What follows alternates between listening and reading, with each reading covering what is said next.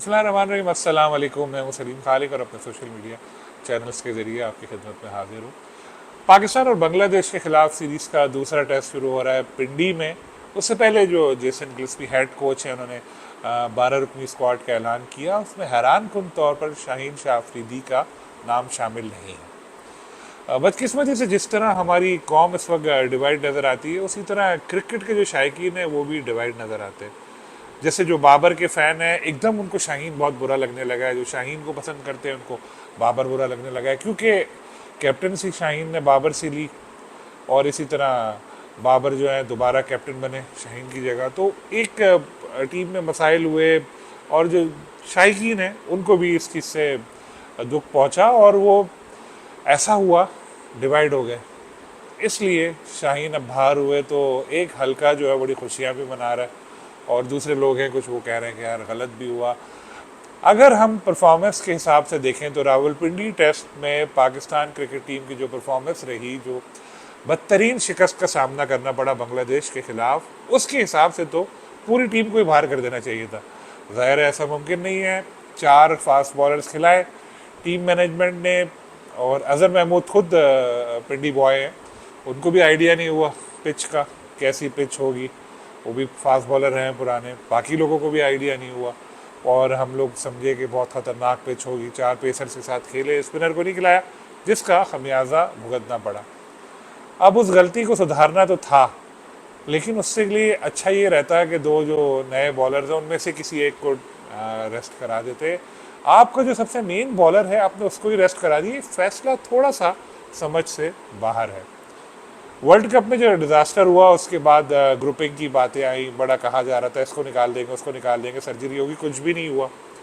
लेकिन फिर जब टीम दोबारा से सेट होने लगी और ऐसा लग रहा था कि शायद मामला बेहतर हो, उसके बाद ये डिसीजन थोड़ा समझ से बाहर है। शाहीन अफरीदी अभी हाल ही में एक बेटे के बाप बने हैं। मैच के बाद वो कराची गए एक दिन के लिए और बेटे से मुलाकात करके वापस पिंडी आ गए। अगर उनको नहीं खिलाना था तो ये कहा जा सकता था, उनको कहते कि यार अब अपने बेटे के साथ वक्त गुजारें और अभी कराची में रहें, तो अभी आपकी ज़रूरत नहीं है।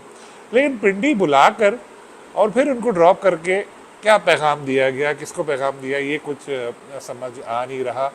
और बेचारे शाहीन के साथ थ्रू आउट इस तरह की चीज़ें चल रही हैं। सिर्फ एक सीरीज़ हारे न्यूजीलैंड के खिलाफ, कैप्टनसी उनसे छीन ली गई।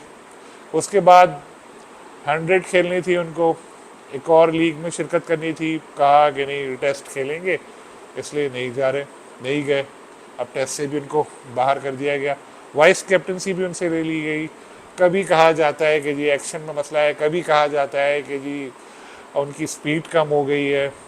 तो मुसलसल थ्रू आउट एक यंग लड़का जो है उसका आप कॉन्फिडेंस बिल्कुल ख़त्म कर रहे हैं, बिल्कुल ज़ीरो कर रहे हैं। एक प्लेयर अगर आउट ऑफ फॉर्म होता है या उसमें अगर कुछ ऐसी चीज़ नज़र आती है तो ये टीम मैनेजमेंट का फ़र्ज़ है कि उस चीज़ को, मसले को हल करे। कई दफ़ा मैंने बोला, लिखा भी कि इस वक्त सबसे बड़ा जो इशू आ रहा है वो ये है कि टीम में यकजहती नज़र नहीं आती। ये चीज़ इस तरह ख़त्म नहीं होगी कि आपने शाहीन को बाहर कर दिया और फिर इस तरह की। इसके लिए या तो कोई एक पूरा एक्शन लें, बाकी भी जो बड़े प्लेयर्स हैं उनको भी बिठाएं। एक के खिलाफ करने का मतलब है पिक एंड चूज़ वाला मामला हो रहा है कि जी एक को बिठा दिया और उसको सपोर्ट किया जा रहा है।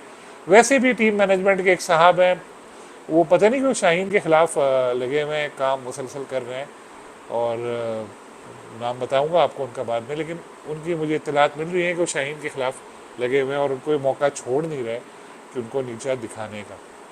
तो अभी तो चले बांग्लादेश से सीरीज़ है और हम एक मैच हार भी गए, आगे इंग्लैंड से भी खेलना है, साउथ अफ्रीका से भी खेलना है। क्या उसमें भी आप शाहीन को बिठाएंगे? नहीं होगा ना ऐसा। तो एक बंदा जो थोड़ा सा कॉन्फिडेंस भी उसका कम है, ज़रूरत ये है कि आप उसको साथ लेके बैठें। जेसन गिल्स्पी, अजहर महमूद और शान मसूद जो है सब साथ लेके बैठें और उनसे पूछें मसाइल क्या हैं, उनको हल करें। स्पीड कम क्यों हो रही है सबकी, सिर्फ शाहीन की नहीं, सबकी स्पीड कम हुई है, इसका पता लगाना किसका काम है? जो एनालिस्ट बैठे हैं, दूसरे लोग बैठे हैं, वो किस बात के पैसे ले रहे हैं? उनका काम है।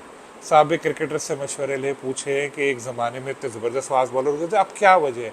इन्हीं शाहीन शाह अफरीदी ने पाकिस्तान को बहुत मैचेस जितवाए। इवन अभी कोई ज़्यादा पुरानी बात नहीं है, वर्ल्ड कप में भी उनकी परफॉर्मेंस एक आध मैच में अच्छी रही थी, उन्होंने पाकिस्तान को जितवाया। तो हम सिर्फ एक से क्यों तवक्को कर रहे हैं कि भाई वो सारे मैचेस जितवाएगा। अगर हम बॉलिंग की बात कर रहे हैं तो जैसे मैंने पहले कहा, दूसरे बॉलर्स की कौन सी परफॉर्मेंस कोई इतनी एक्स्ट्रा ऑर्डनरी थी, या दूसरे बॉलर्स की भी स्पीड कम हुई है, अकेले शाहीन की नहीं हुई है।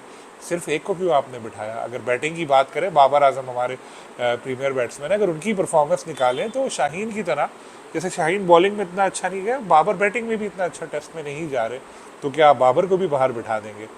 तो ये सब चीज़ें देखनी चाहिए टीम मैनेजमेंट को, और किसी को ड्रॉप करना मसले का हल नहीं है। अगर हम पहला मैच जीते होते तो चलो आपने शाहीन को बिठा दिया तो मान लेते, लेकिन अब पहला मैच हारे हुए हैं और 24 साल में पहली बार ऐसा लग रहा है कि बांग्लादेश के खिलाफ खुदा ना खास्ता सीरीज़ भी गंवा देंगे।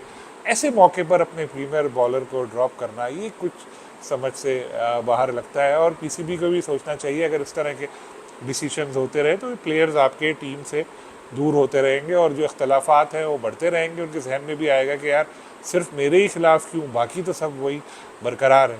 तो होपफुली बोर्ड हुकाम भी सोचेंगे इस बात पे कि एक मसले को हल करना है और बढ़ाना नहीं है, प्लेयर्स के दिलों में और रंजिशें नहीं पैदा करनी। इंशाल्लाह फिर आपसे मुलाकात होगी। अल्लाह हाफ़िज़।